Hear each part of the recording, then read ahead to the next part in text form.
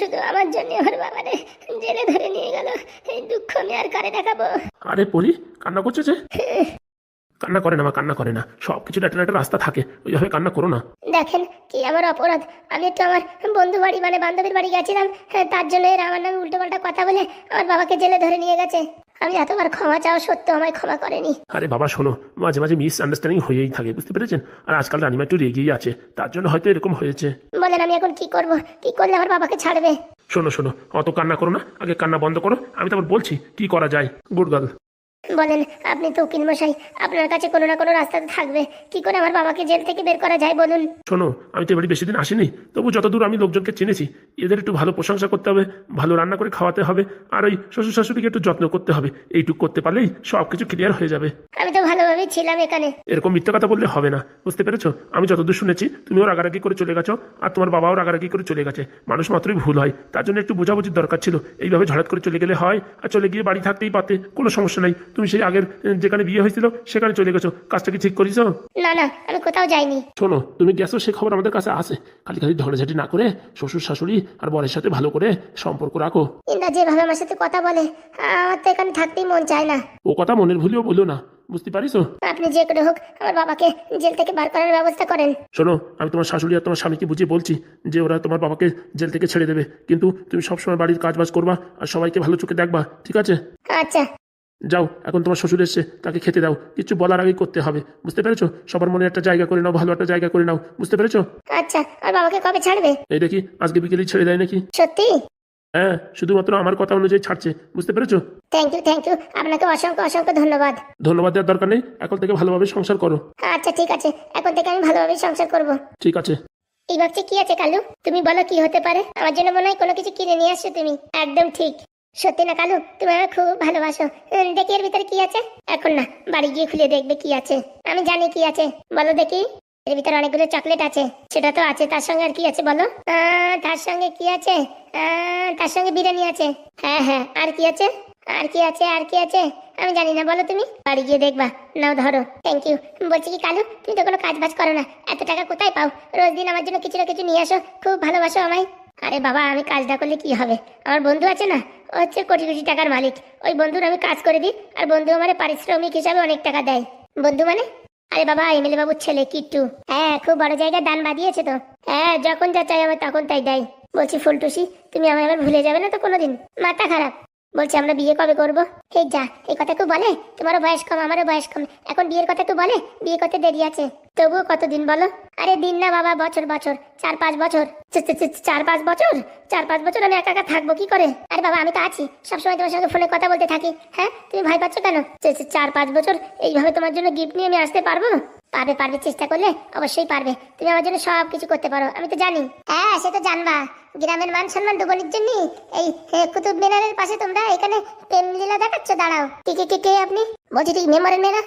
আগে হ্যাঁ, ভিডিও করো।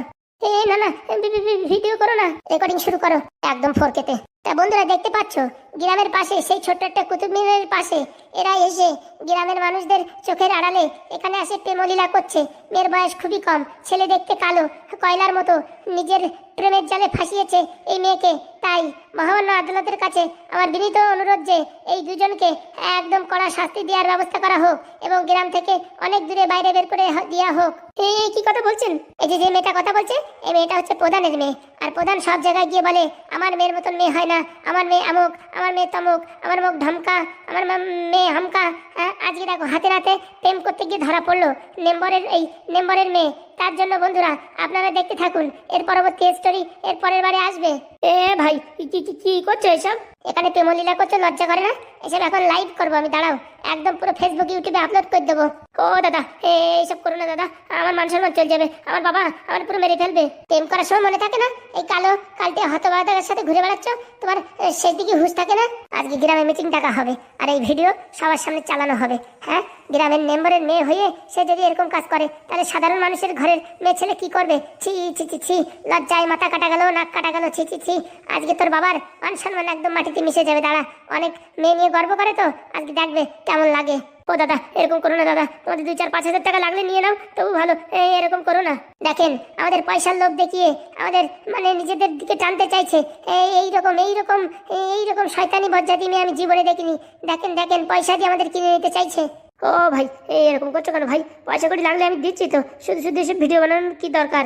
তোদের দুটোকে কি করি দেখ, প্লিজ প্লিজ এরকম করবেন না। শালা গ্রামের ভিতরে এসে এসব পেম্পলিট করা তোমাদের দেখাচ্ছি, দাঁড়াও। হ্যাঁ তোমাদের আজকে এমন ঠেকাবো না, আর যখন গ্রামের মানুষের সামনে হাজির করা হবে না, লজ্জায় মুখ পুরো কালো হয়ে যাবে। আর নেম্বারের হাওয়া টাইট। দাঁড়াও বলছি দাদা, এরকম করবেন না দাদা। এই শালার মেয়ে, হ্যাঁ তুই কি দেখে ওরে প্রেম করেছিস? হ্যাঁ ও দেখতে দেখেছিস? হ্যাঁ বুনো বিড়েলের মতন। তুই শালা নেম্বারের মেয়ে দেখতে শুনতে ভালো, হ্যাঁ কোথায় একটা ভালো একটা ছেলে ধরে প্রেম করবি তা না, কোথায় একটা কালো কালকে, হ্যাঁ সেই সব ছেলের সাথে প্রেম করিস? লজ্জা থাকা তোর উচিত। তোর বাবা মার মুখে তুই চুনকালি লাগাবি আর কি বলবো? হ্যাঁ প্লিজ প্লিজ দাদা, এবারের মতন ছেড়ে দিন, আমি আর কোনোদিন এইসব ছেলেপেলের সাথে দেখা করতে আসবো না। ও দাদা বলছি কি এরকম করছো কেন?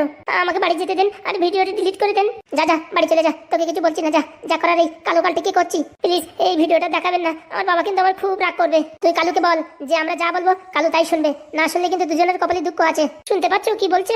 আরে ভাই তোমরা যা বলবা আমি তাইতে রাজি। দেখ কথার খেলাপ করেছিস কি, এই ভিডিও কিন্তু একদম পাবলিক হয়ে যাবে, তখন দেখবি কত ধানে কত চাল। কালু দেখো তোমার উপর বিশ্বাস করে আমি এখানে আসছি, আর এখন আমার জীবনে এত বড় একটা দুর্ঘটনা ঘটে গেছে, তুমি যদি ওদের কথা মতো না চলো তাহলে কিন্তু সবকিছু মানে একদম তছনছ হয়ে যাবে। তুমি টেনশন করো না, দরকার আমার কিডনি দিয়ে আমি তোমায় বাঁচাবো, তুমি টেনশন করো না। আচ্ছা আমি বাড়ি যাচ্ছি, আসি, আমায় ক্ষমা করবেন। যা যা পালা।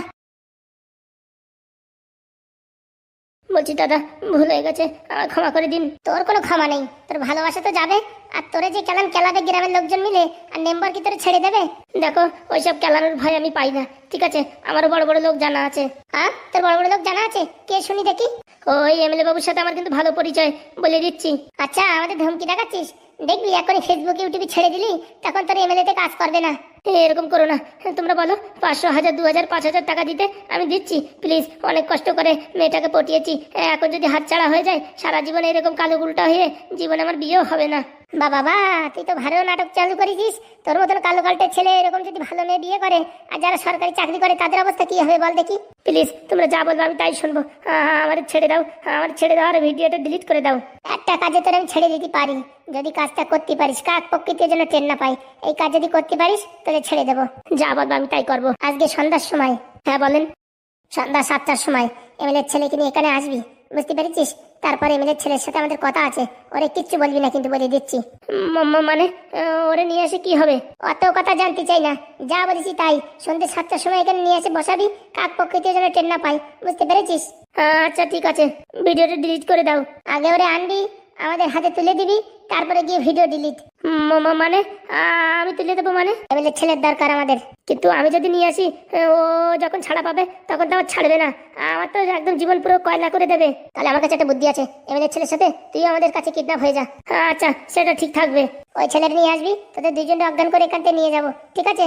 আচ্ছা চলবে। বলছি আমাদের আবার কিডনি কাটি বাটি বিক্রি করে দেবো না তো? ওইসব হাবি জাবি কাজ আমরা করি না, এমএলএর সাথে একটা প্রতিশোধ নেওয়ার আছে, তাই ওই ছেলেকে কিডন্যাপ করতে চাই। ঠিক আছে, আপনারা প্রতিশোধ নিতে চান না কি করতে চান আপনারা করুন, আমার নাম যেন আসে না। ঠিক আছে। বলছি প্লিজ এই ভিডিওটা কাউকে দেখাবেন না, আর ইউটিউব ফেসবুকেও ছাড়বেন না। ঠিক আছে, যতক্ষণ তুই আমাদের কথা শুনবি ততক্ষণ তোকে কিচ্ছু করবো না, কথা শুনবি না তা ভাববি কপালে দুঃখ আছে। বললাম তো সন্ধ্যা 7টার সময় নিয়ে আসবো, মনে থাকে জানো? একদম রাইট টাইম, মনে থাকে জানো? আচ্ছা আমি এখন আসছি, আর প্লিজ ওই আমার গার্লফ্রেন্ডের বাবা যেন জানবে না, ফুলটুসির বাবা কিচ্ছু জানবে না। আমাদের কাজ কর, তোকে ছেড়ে দেবো, কেউ কিচ্ছু বলবে না। ঠিক আছে আসি তাহলে, সময়টা মনে আছে তো? হ্যাঁ সন্ধ্যে 7টা। ঠিক আছে। কি জ্বালায় পড়েছি রে, কি জ্বালায় পড়েছি। কিরকম হয়েছে প্ল্যানিংটা? একদম সুপার। বাড়ি চলো, সন্ধ্যের সময় দেখো, হ্যাঁ এমন খেলা দেখাবো না জীবন কান্দায় দেবো। সত্যি ভাই তোর যা বুদ্ধি আর কি বলবো, এসব কথা বাড়ি কাউরি বলবে না কিন্তু, বলে দিচ্ছি। মাথা খারাপ, তোমার ভিতর আমার ভিতর আর এই চম্পা মামা তিনজনই জানবে, আর কেউ না। একদম।